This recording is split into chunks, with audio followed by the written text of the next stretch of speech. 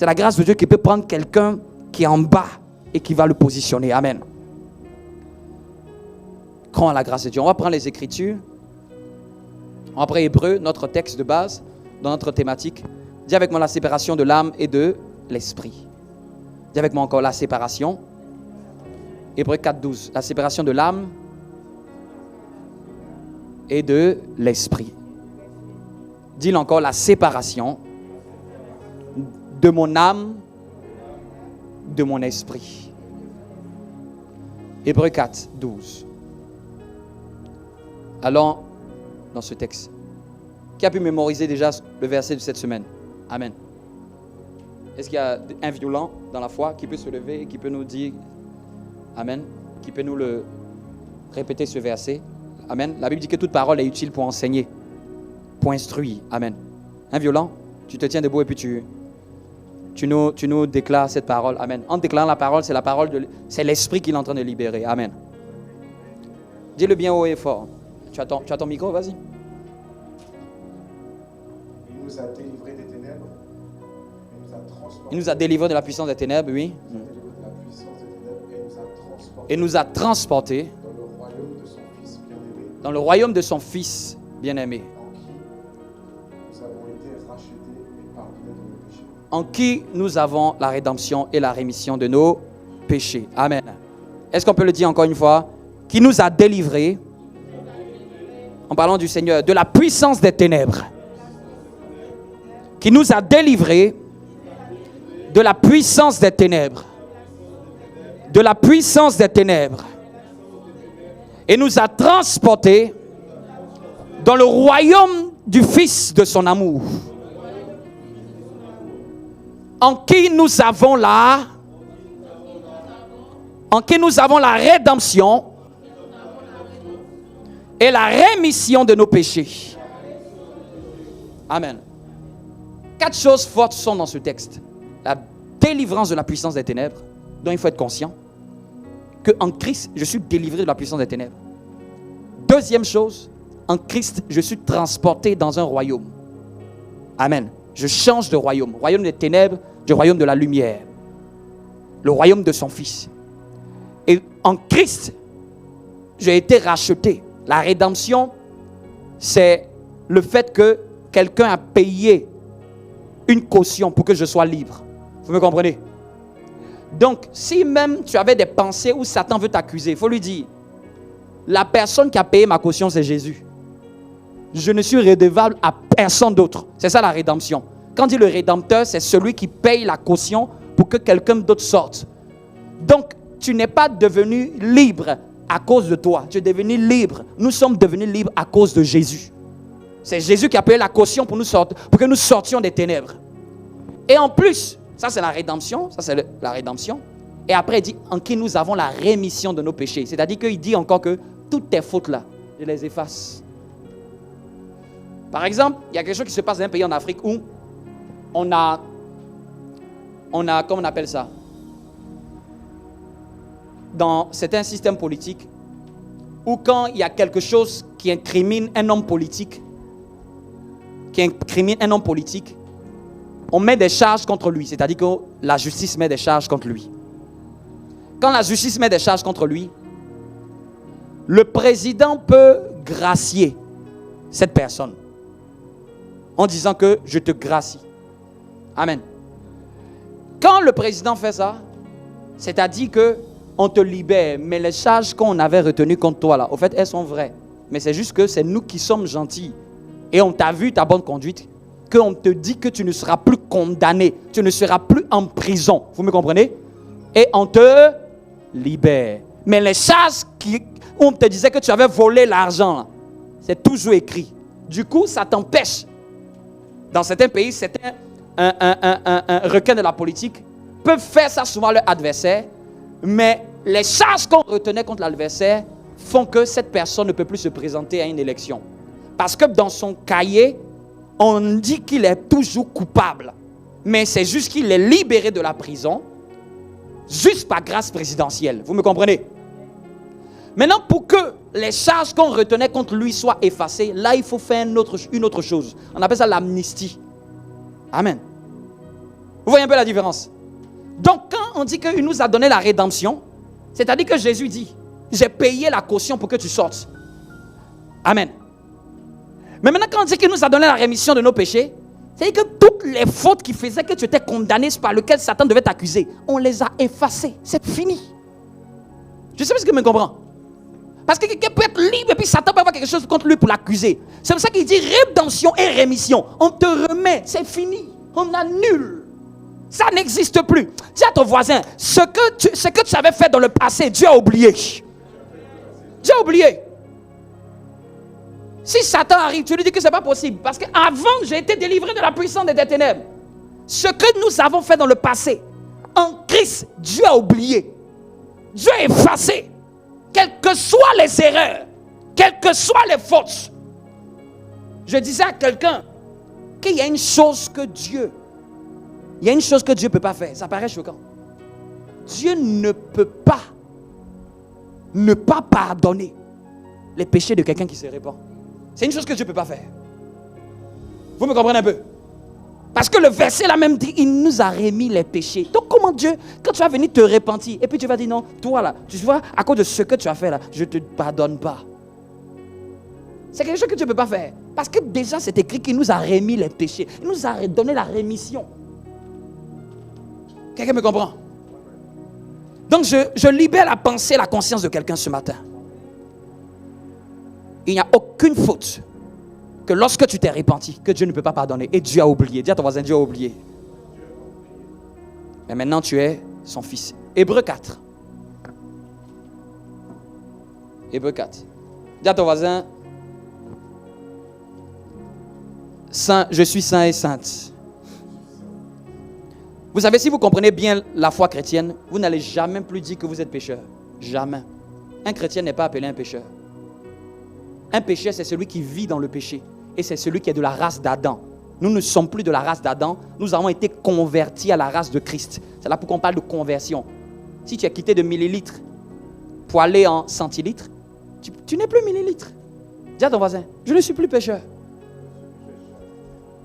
C'est pour ça que j'aimais un pasteur qui a dit riche saint au lieu de dire pauvre pécheur. Il faut dire riche saint. Dis avec moi, riche saint. Et non pauvre pécheur. Ça, ce n'est pas la mentalité de Dieu. Ce n'est pas la mentalité de la Bible. La Bible ne voit pas un chrétien comme un pauvre et pécheur. La Bible voit un chrétien comme un saint et un riche pour Dieu. Hébreux chapitre 4.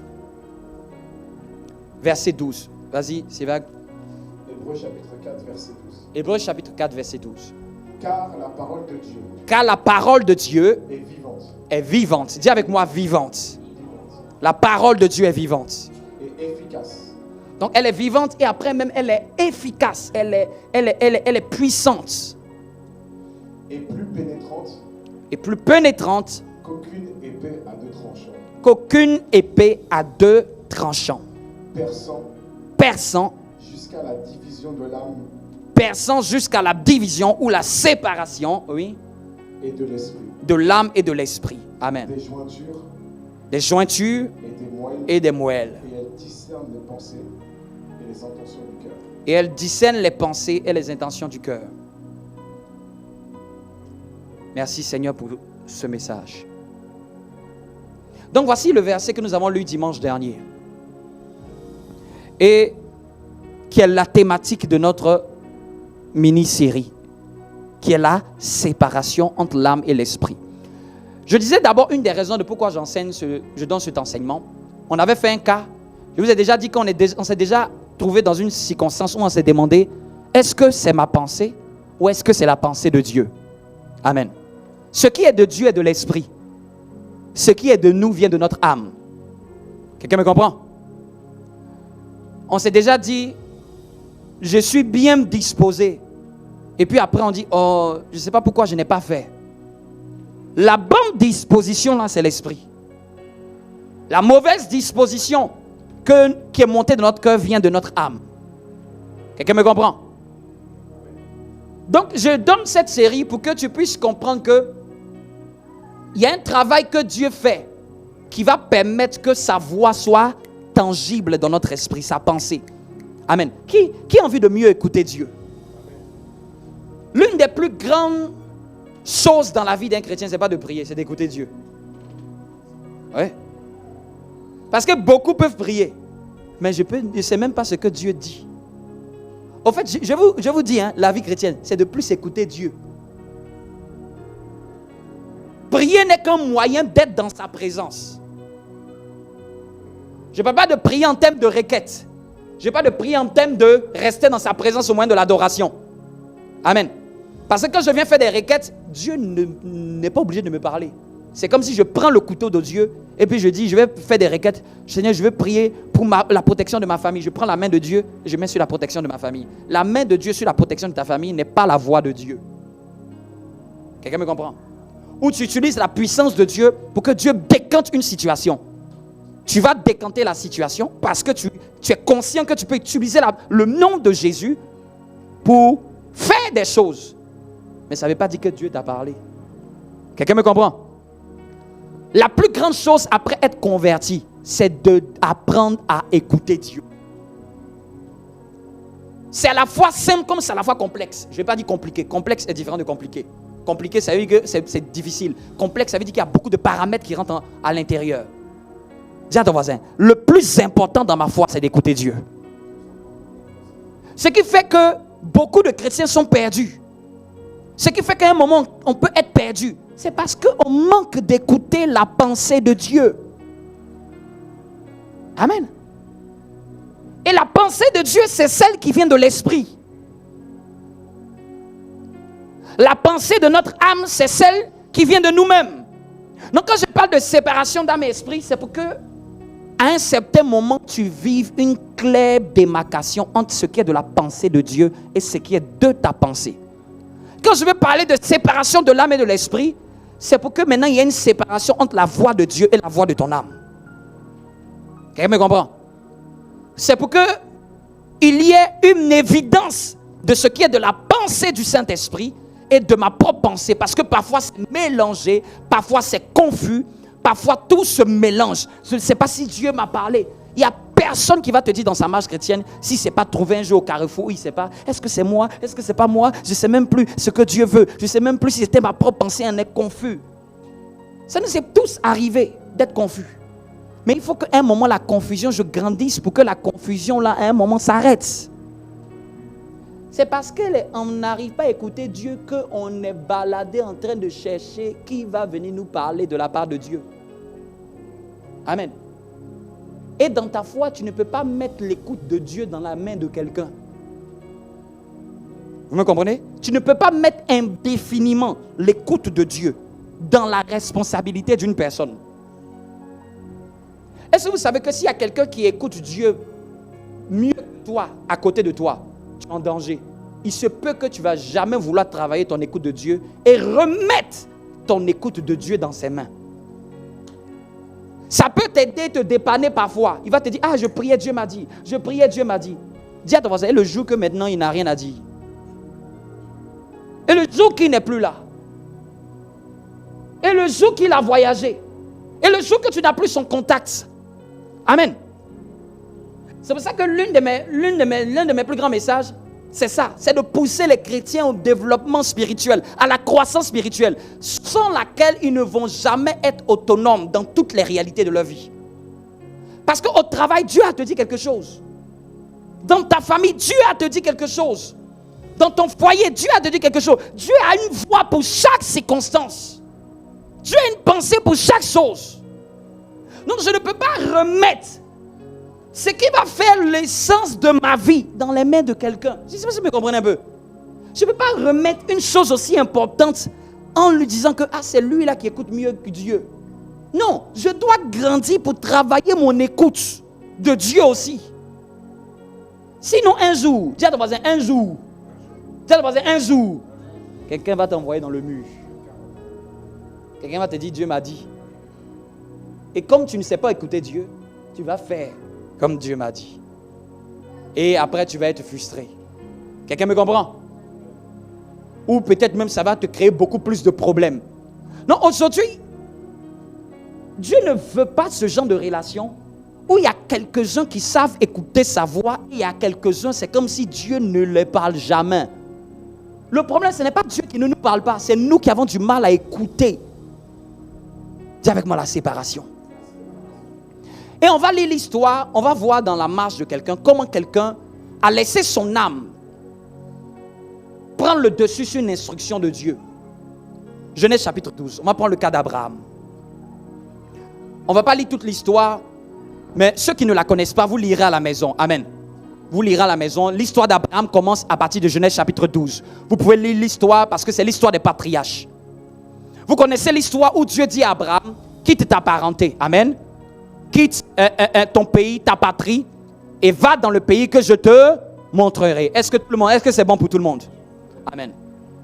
Et quand nous lisons, c'est la première instruction que Dieu a donnée à Abraham. Amen. Quelqu'un peut lire à la suite? Genèse chapitre 12, verset 1. Oui. Or, le Seigneur avait dit à Abraham, Oui. sors de ton pays et de ta parenté Et de ta parenté. et de la maison de ton père Et de la maison de ton père. vers un pays que je te montrerai. Donc c'est la première fois que Dieu se révèle à Abraham et Dieu lui parle. Je prie qu'à la partie de ce message, que la pensée de Dieu soit claire dans ton esprit. Amen. Que quand Dieu te parle, ça soit clair, ça ne soit pas flou. C'est le plus grand bien qu'on peut te donner. Ça soit clair et limpide. Ça ne soit pas non, je pense que, je crois que, j'ai l'impression que. Ça soit clair.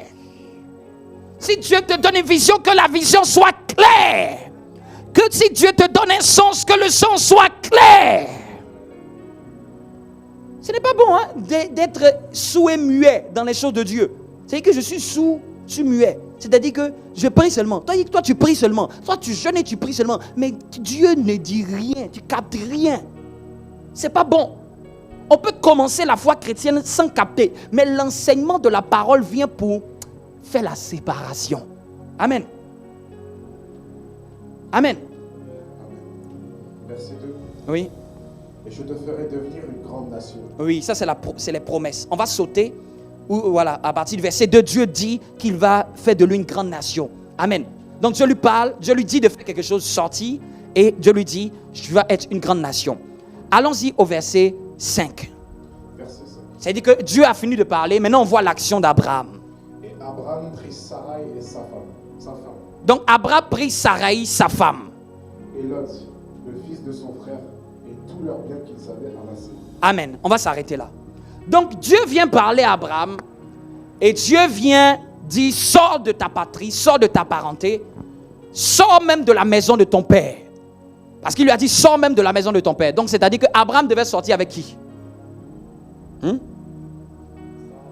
Avec Sarah, sa femme. Mais qu'est-ce qui s'est passé? Abraham est sorti avec qui d'autre? Abraham est sorti avec son neveu aussi, qui est Lot. Amen. Amen. Quand on regarde, pour vous dire que tout ce qui s'est passé là, ça n'a pas été passé par hasard.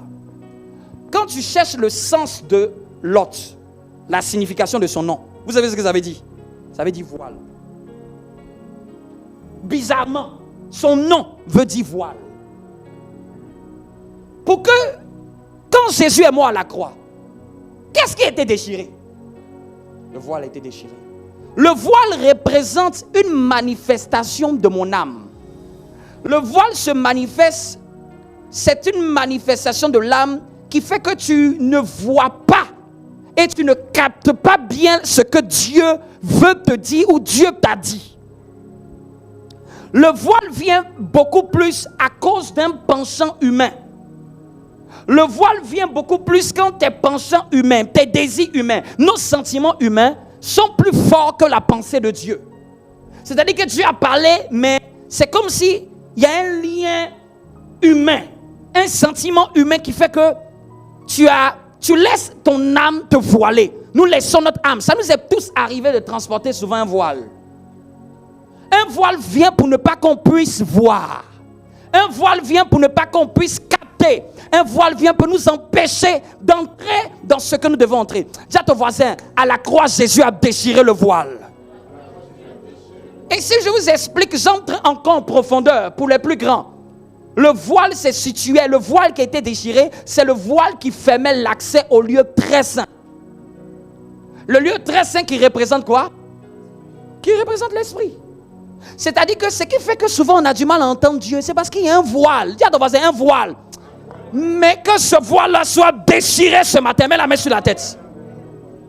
Mets la main sur la tête. Dis avec moi, à cause de Jésus, tout voile sur mon âme qui m'empêchait de capter la pensée de Dieu, il est déchiré au nom de Jésus. Quand on est petit enfant dans les choses de Dieu, Dieu peut nous parler, mais souvent nous n'obéissons pas à tout. Amen. Quand vous allez lire, vous pourrez lire et étudier cette histoire. Vous allez voir que quand il a pris Lot, je continue puisque le temps est avancé, Dieu n'a plus parlé à Abraham. Vous pouvez lire cette histoire. Quand vous lisez, dès le moment qu'il a pris Lot, Dieu n'a plus parlé directement à Abraham. Amen. Le voile souvent aussi, c'est ce que nous embarquons en plus de ce que Dieu nous a dit. C'est notre méthode humaine, notre stratégie humaine, notre bonne manière de faire. Souvent, notre âme n'a pas de mauvaises intentions. Ce n'était pas mauvais de prendre Lot, vous me comprenez? Ce n'était pas mauvais, ça paraissait une intention noble. Mais est-ce que c'est ce que Dieu a dit? Amen. Quand on veut marcher avec Dieu, on ne marche pas par les calculs humains. On ne marche pas par la méthode humaine. On ne marche pas par l'empathie. Amen. L'une des choses même souvent qui m'a beaucoup fatigué avec Dieu, il m'a dit tu es trop empathique. Parce qu'il y a des choses quand Dieu veut te dire, ça n'a rien à voir avec ton empathie.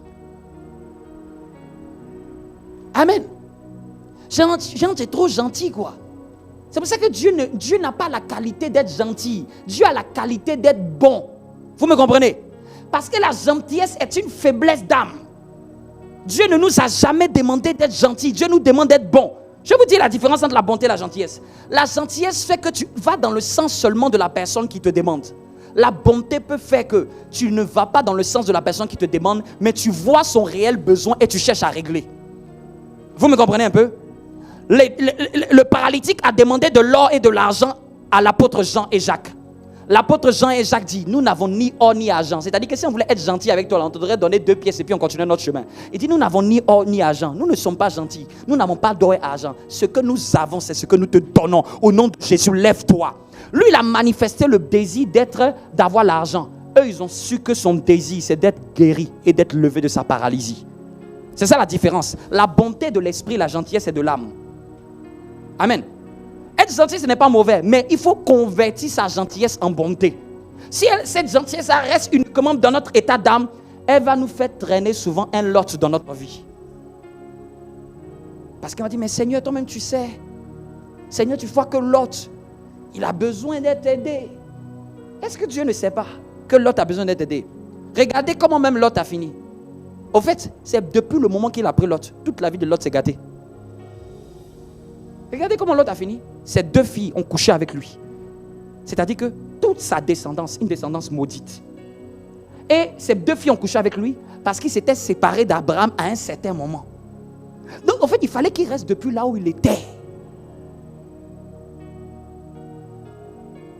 Dis à ton voisin, Seigneur, donne-moi d'être bon. Je ne veux pas être seulement gentil, je veux être bon. L'âme là, elle est beaucoup plus dans la gentillesse. L'esprit, il est beaucoup plus dans la bonté. La bonté peut faire que tu peux dire non, mais pour le bien de la personne. Vous me comprenez un peu?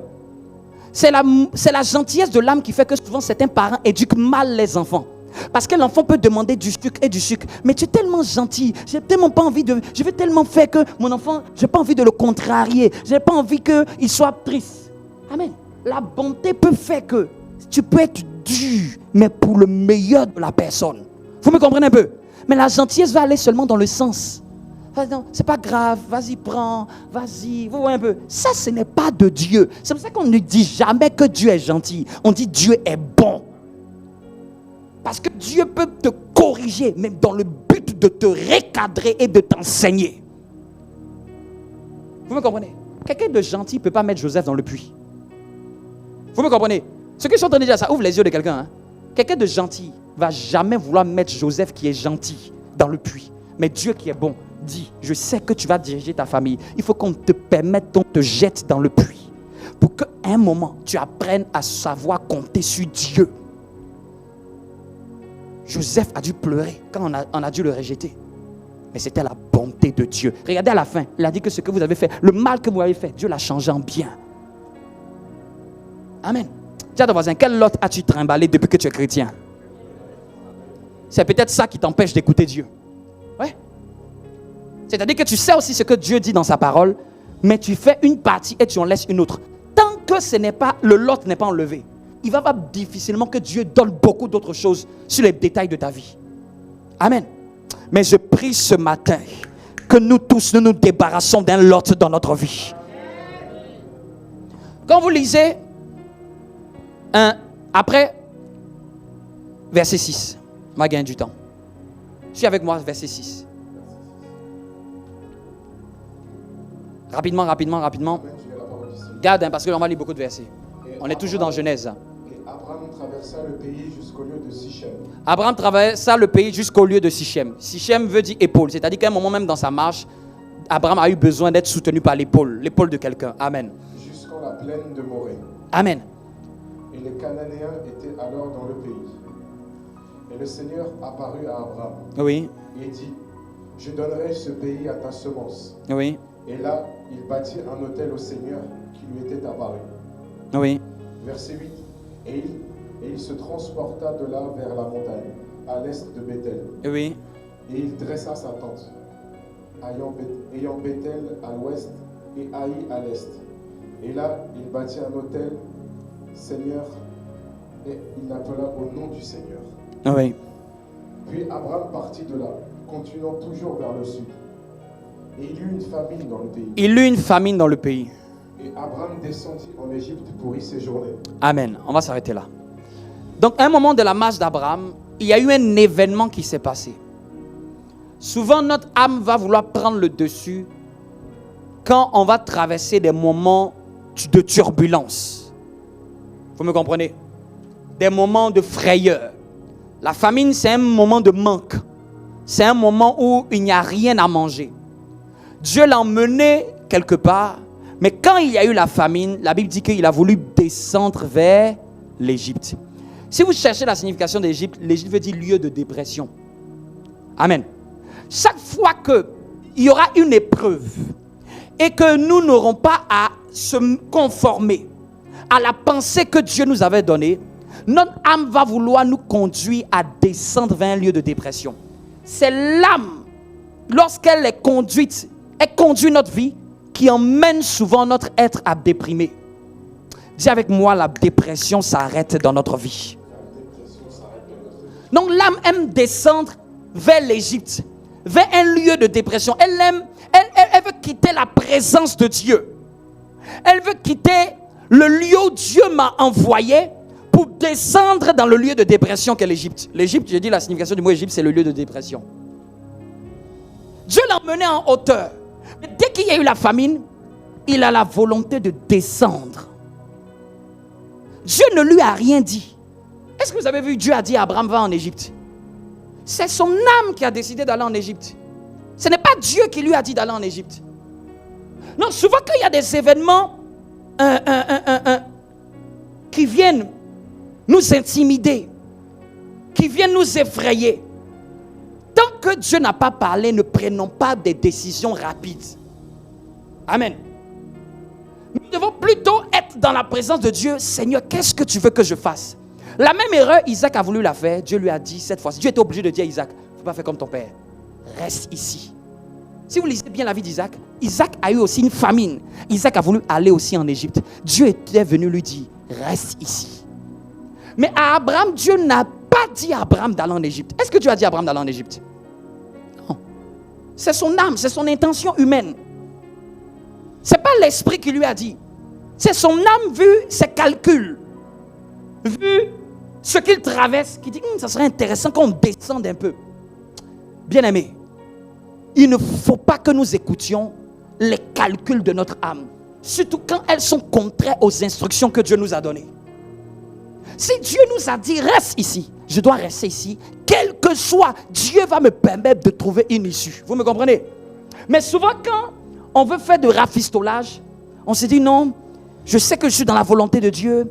Je sais que je suis dans l'intégrité. Je sais que je suis dans l'honnêteté. Et puis l'âme va vouloir te dire un peu que non, là, tu es obligé de combiner. Tu es obligé de un peu tricher. Vous me comprenez un peu?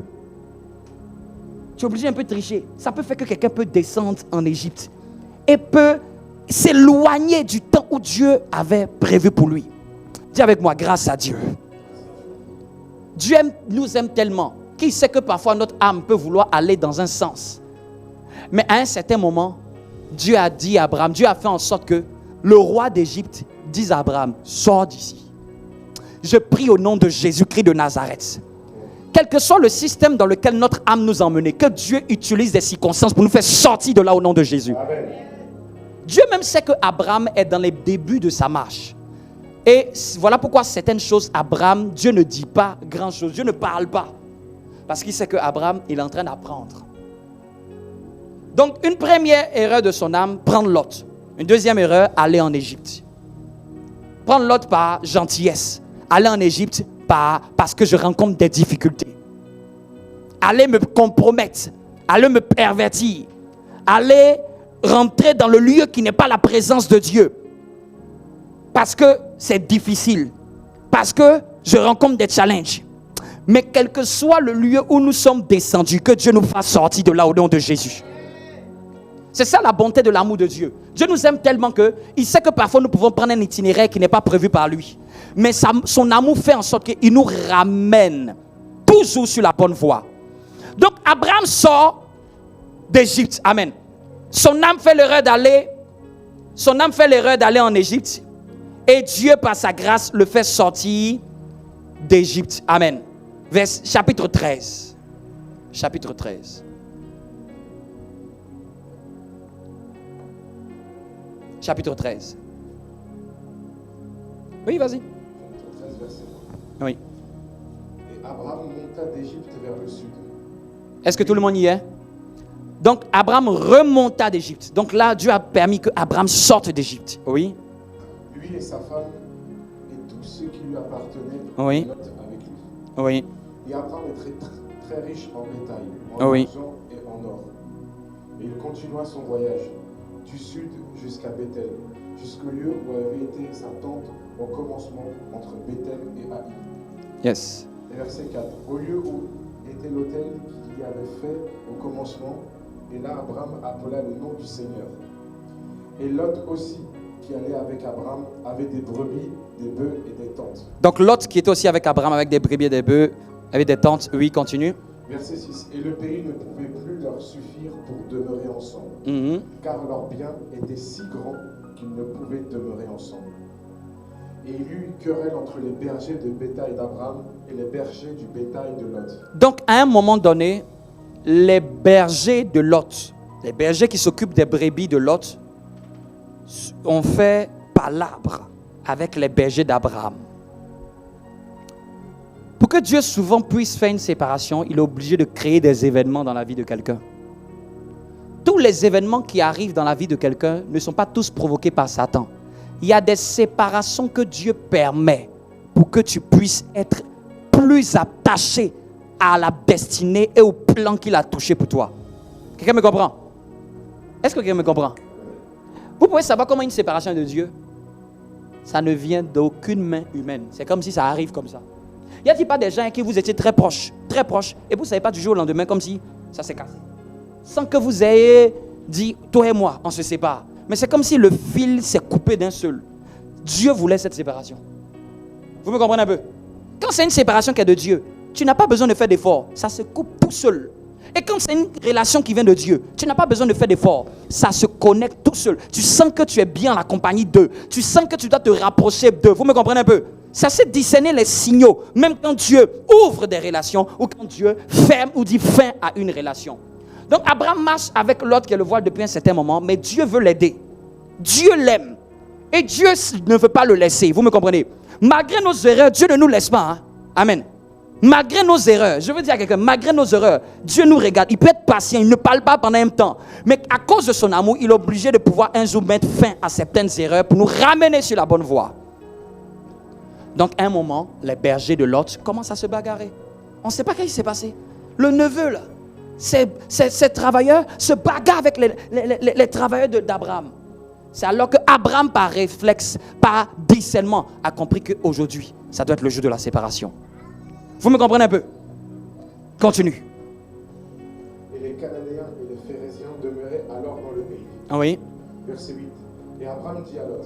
Et Abraham dit à Lot. Qu'il n'y ait pas, je te prie, de querelle entre moi et toi. Qu'il n'y ait pas, je te prie, de querelle entre toi et moi. Oui. Ni entre mes bergers et tes bergers, car nous sommes frères. Oui. Tout le pays n'était-il pas devant toi? Oui. C'est par toi, je te prie de moi. C'est pas toi, je te prie de moi. Si tu veux, prends ma main gauche. Oui. Alors j'irai à droite.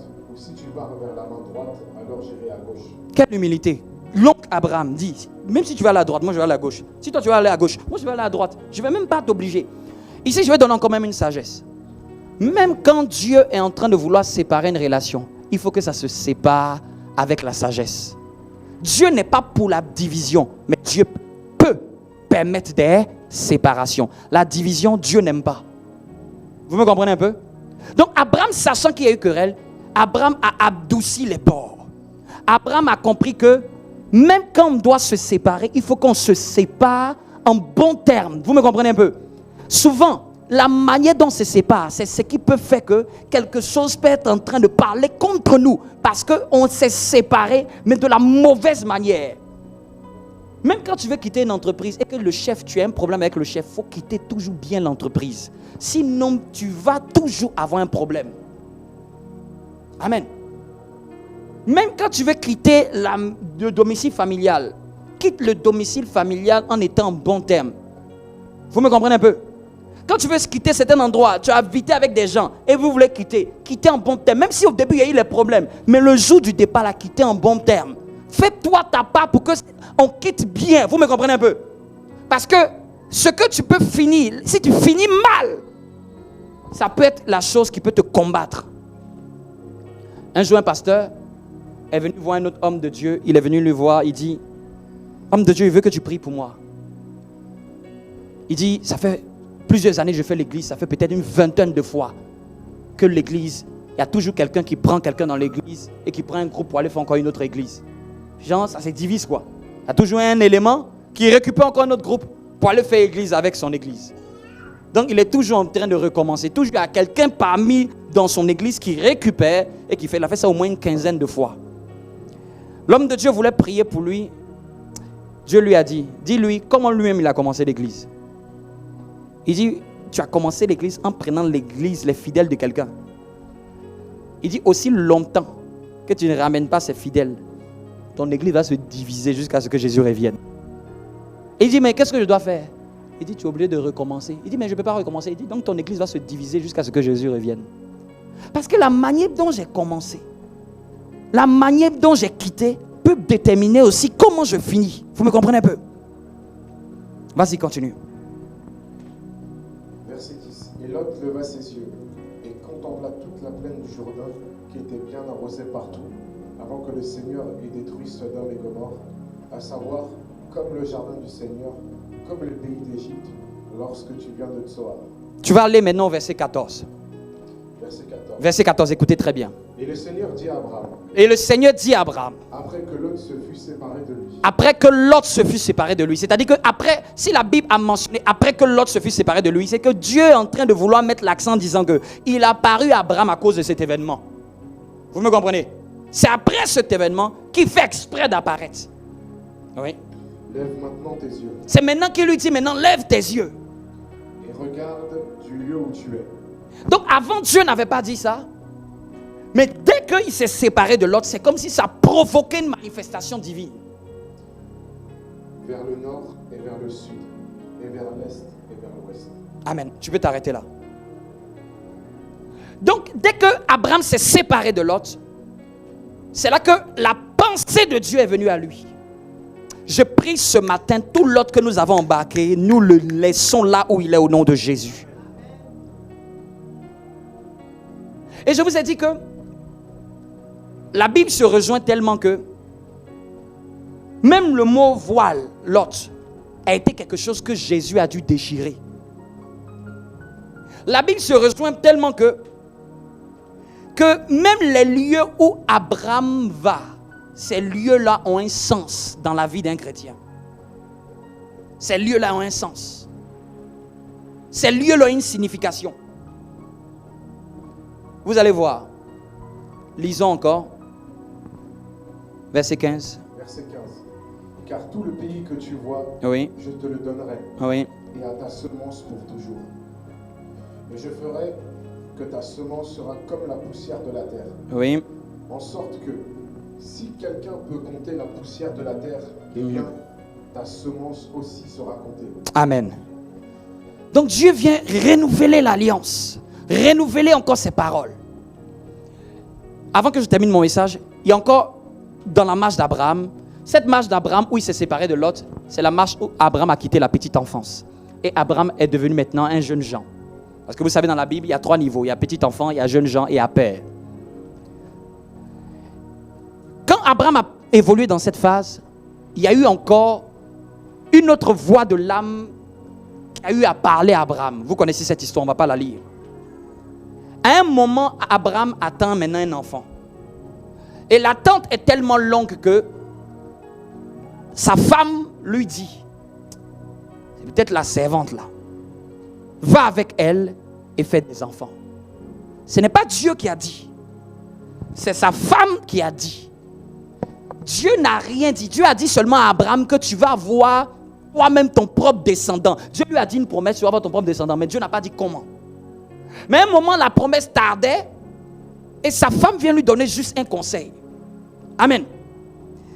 Il y a le deuxième état de l'âme où souvent c'est un conseil humain. Un conseil humain n'est pas la voix de Dieu. Un conseil humain qui va te dire de faire quelque chose, mais que Dieu ne t'a pas dit, qui paraît sage, qui paraît stratégique, qui paraît bien réfléchi.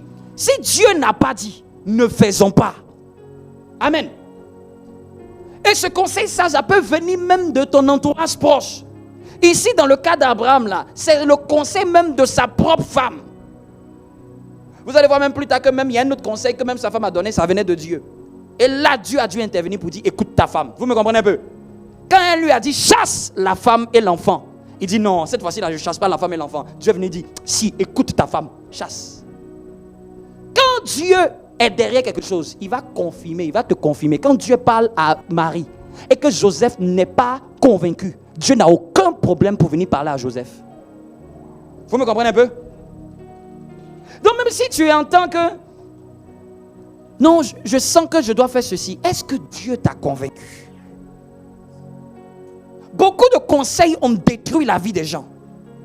Beaucoup de conseils humains, moi j'appelle ça le conseil humain. Ça paraît sage, ça paraît bien rangé. Ça vient même souvent même de quelqu'un même que tu respectes. Vous me comprenez un peu? De quelqu'un même qui ne veut pas ton mal. D'ailleurs même Pierre n'a-t-il pas dit à Jésus, tu n'iras pas à la croix? Qu'est-ce que Jésus a dit à Pierre? Arrière de moi Satan. Même Pierre qui marchait avec Jésus, cette pensée-là, Jésus savait que ça c'est pas Pierre. Ça c'est Satan qui veut m'induire en erreur. C'est-à-dire que c'est pas parce que quelqu'un est proche de toi que ça veut dire que tout ce qu'il te dit comme conseil, c'est Dieu qui a parlé. Il faut avoir le discernement.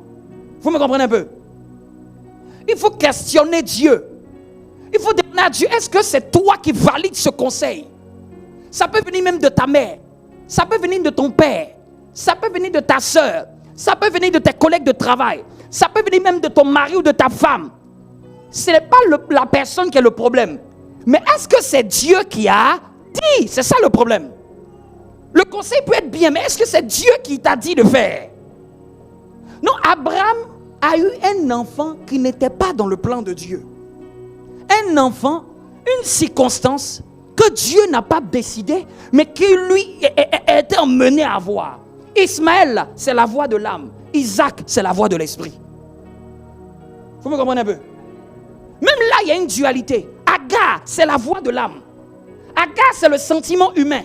Agar, c'est mes pensées humaines. Mais Sarah, c'est les pensées de Dieu. C'est la promesse de Dieu. C'est l'alliance avec Dieu. Donc souvent, sur le chemin de ma destinée, ce qui va plus me combattre, c'est de ne pas faire la voix de mon âme, la voix de mes propres envies. Amen. Dis avec moi. Seigneur, mets une séparation entre mes envies et les envies de Dieu. Si vous lisez bien dans le cas de Joseph, Joseph a voulu se séparer de Marie, vous savez ça? Quand il a regardé, tu es enceinte. On n'est pas encore mariés et tu es enceinte. La voix de l'âme dit, ça, quand on regarde ça, il faut se séparer doucement. Quand il voulait se séparer, la voix de l'esprit a dit, n'aie pas honte de prendre Marie comme ta femme, car elle est enceinte. Dieu est venu témoigner dans l'esprit de Joseph que ça là c'est de moi. Amen. Donc souvent même tu peux être aussi en face de quelque chose qui est de Dieu, mais la voix de l'âme va te dire que non, ça c'est pas Dieu. Mais il faut que Dieu te donne un témoignage. C'est-à-dire que quand on veut grandir dans la voix de Dieu, il faut écouter Dieu avant d'agir. Il ne faut pas être pressé. Il ne faut pas être précipité. Il ne faut pas prendre la sagesse humaine comme étant une vérité. La parole de Dieu est une base. Mais si je n'ai pas entendu Dieu, il faut que j'entende Dieu. Dis avec moi. Seigneur, la voix de ton esprit. On va lire un dernier passage et puis on va s'arrêter là. Est-ce que je parle à quelqu'un? Est-ce que l'esprit parle à quelqu'un? Matthieu chapitre 10. Matthieu chapitre 10. Donc on voit dans la vie d'Abraham, à un moment son âme l'a emmené à prendre Lot. À un moment son âme l'a emmené à aller en Égypte. À un moment son âme l'a emmené à aller vers Agar. Matthieu chapitre 10, verset 1. Attends, avant que je vous donne le verset.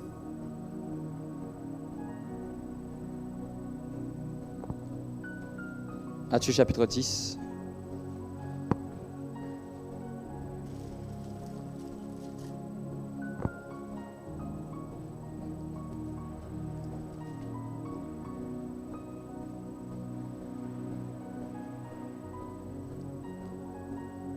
À partir du verset 32.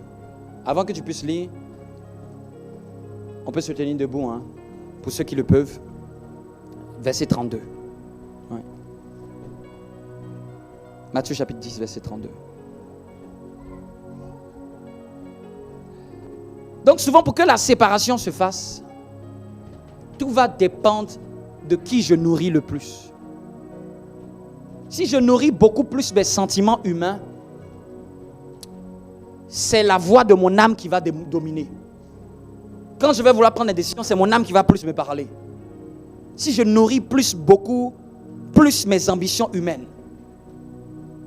On a dit que la parole de Dieu est quoi? Est quoi? Est vivante. Qui est la parole? Qui est appelé la parole dans la Bible? C'est Jésus. C'est-à-dire que la meilleure personne qui peut m'aider à écouter Dieu, c'est Jésus. La meilleure personne qui peut m'emmener à vivre une réelle séparation, qui peut venir séparer mes désirs personnels des désirs de Dieu, qui peut venir mettre une démarcation, c'est quand je vais laisser plus Jésus pénétrer dans mon cœur. C'est lui qui est l'épée qui doit pénétrer mon cœur. Vous me comprenez un peu? C'est lui qui est la véritable épée qui doit entrer en moi. D'ailleurs, quand Jésus a été crucifié, il était où ça? Il était à gauche, à droite ou au milieu? Hein?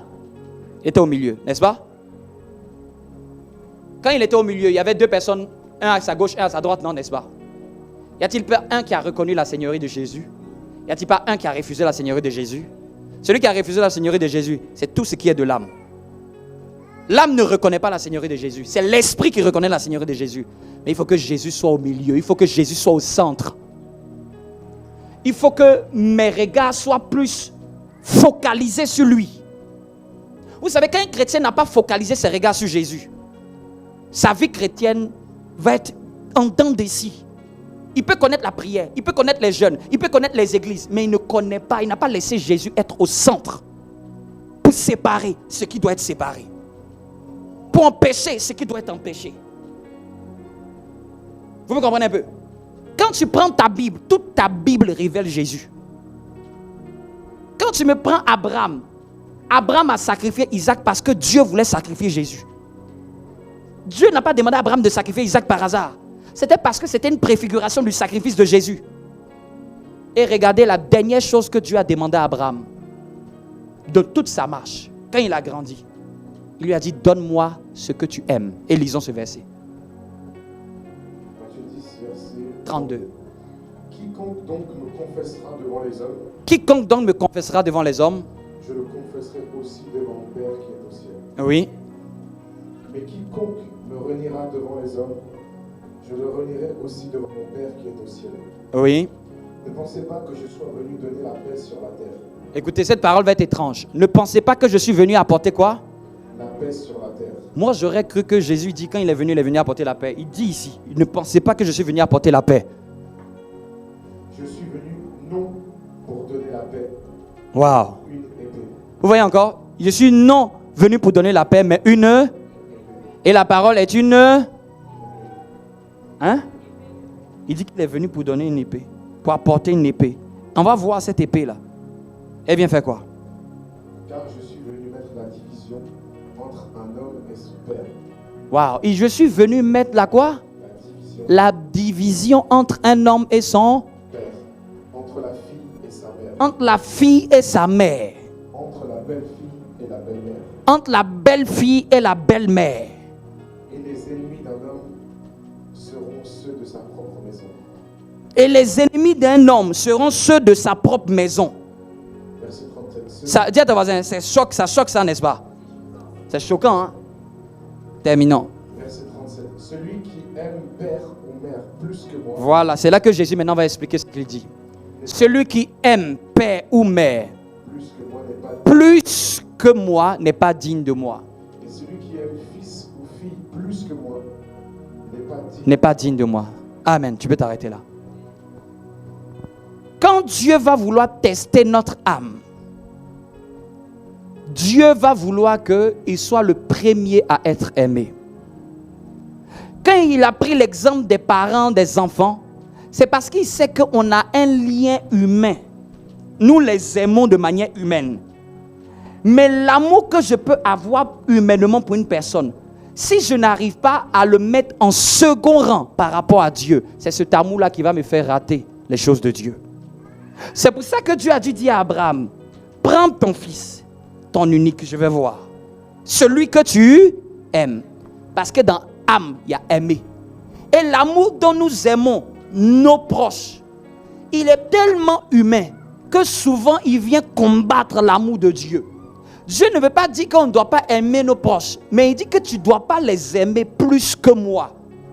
Parce qu'en fait, Dieu sait que l'amour dont nous aimons nos proches, là, ce n'est pas un bon amour. C'est un amour de gentillesse. Je vais vous dire une chose. L'amour qui peut faire que tu aimes quelqu'un, parce que tu vois cette personne s'égarer du Seigneur, peut faire que tu peux lui dire la vérité, pour lui dire que si tu restes comme ça, là, tu vas aller en enfer. Mais si quelqu'un aime de l'amour charnel, là, non, c'est pas grave. Non, tu sais. Tu vois un peu ce que je veux dire? Mais l'amour de Dieu peut lui dire, sors de cette histoire. Arrête ce que tu fais. Vous me comprenez un peu? L'amour de Dieu peut dire la vérité. Vous me comprenez? Est-ce que vous me comprenez? Mais l'amour humain, là, fait qu'on n'aime pas dire la vérité. Et la vérité, là, c'est pas la vérité de... J'ai entendu ce que tu as dit. La vérité, c'est Jésus-Christ. Quand on dit la vérité, là, c'est dire Jésus-Christ. C'est présenter Jésus-Christ. Quand tu aimes trop ton Père plus que Jésus, tu ne vas jamais vouloir lui parler de Jésus. Tu ne vas jamais vouloir lui parler de Jésus. Tu ne vas jamais vouloir qu'il puisse comprendre c'est quoi être né de nouveau. Parce que tu as un amour qui est humain. Jésus dit, dépasse cet amour. Et moi, je vais te donner l'amour qui fait que tu peux le libérer. C'est le dernier test de l'âme. Est-ce que tu m'aimes plus que? Est-ce que tu m'aimes plus que? À un certain âge de notre vie, on transporte un voile. À un certain âge, on écoute les conseils humains. À un certain âge, quand Dieu veut nous emmener à un autre niveau de délivrance de notre âme, c'est est-ce que tu peux m'aimer plus que ça? Amen. Donc Dieu sait que tu dois aimer ton Père, mais il ne veut pas qu'on aime notre Père plus que lui. Parce que si j'aime mon Père plus que Jésus, je ne vais jamais lui présenter la vérité qui est Jésus. Je vais lui cacher Jésus. des gens qui vont être perdus. Parce que nous les aimons pas de l'amour de Jésus, nous les aimons de l'amour du monde. Est-ce que vous imaginez ça? Le monde que nous voyons là, il faut avoir l'amour de Jésus pour présenter Jésus. C'est comme s'il y a quelqu'un qui se noie. Il dit non, c'est pas grave. Tout ce que Dieu fait est bon. Ça, c'est pas l'amour de Dieu. Vous me comprenez un peu? Tout ce que Dieu fait est bon. Dans tous les cas, il a compris. Il a compris, il est compatissant. Mais dis la vérité qui est Jésus. Est-ce que tu peux dire, jusqu'à ce qu'ils disent non, mais pourquoi toujours quand tu me vois là, c'est Jésus? Jusqu'à ce qu'un jour Jésus se révèle à lui. Est-ce qu'on peut prier pour s'arrêter là? Demandons au Seigneur de ne pas marcher. Je ne veux pas marcher par mon âme. Je ne veux pas marcher par les conseils humains. Je veux marcher par ta voix. Demandons au Seigneur. Je vais apprendre à toi te suivre. Je ne veux pas aimer les choses plus que toi. Je ne veux pas aimer la vie plus que toi. Je ne veux pas aimer la vie plus que toi. Donne-moi de marcher par ton esprit.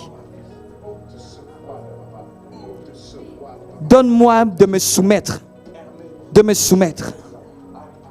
De me soumettre à toi. De ne pas écouter les conseils humains. De ne pas écouter ma peur. De ne pas écouter la peur de mon âme. De ne pas écouter la peur de mon âme. Mais d'écouter la parole de Dieu.